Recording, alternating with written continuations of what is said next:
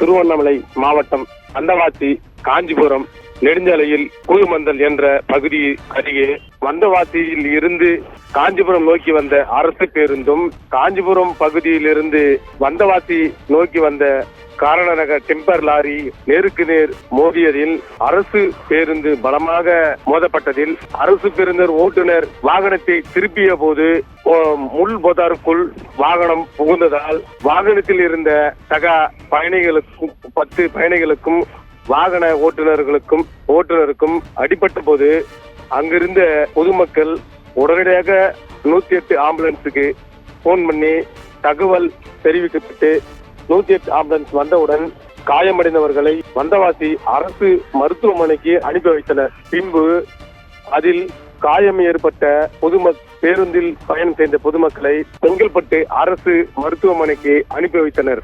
இதனால் அப்பகுதியில் பெரும் பரபரப்பும் ஏற்பட்ட போது உடனடியாக காவல்துறையினர் விரைந்து சென்று இது குறித்து விசாரணை மேற்கொண்டு வருகின்றனர். திருவண்ணாமலை மாவட்டத்தில் கனரக லாரி மீது அரசு பேருந்து மோதி விபத்துக்குள்ளாகிறது. கூடுதல் தகவலுக்கு நன்றி போத்ராஜ்.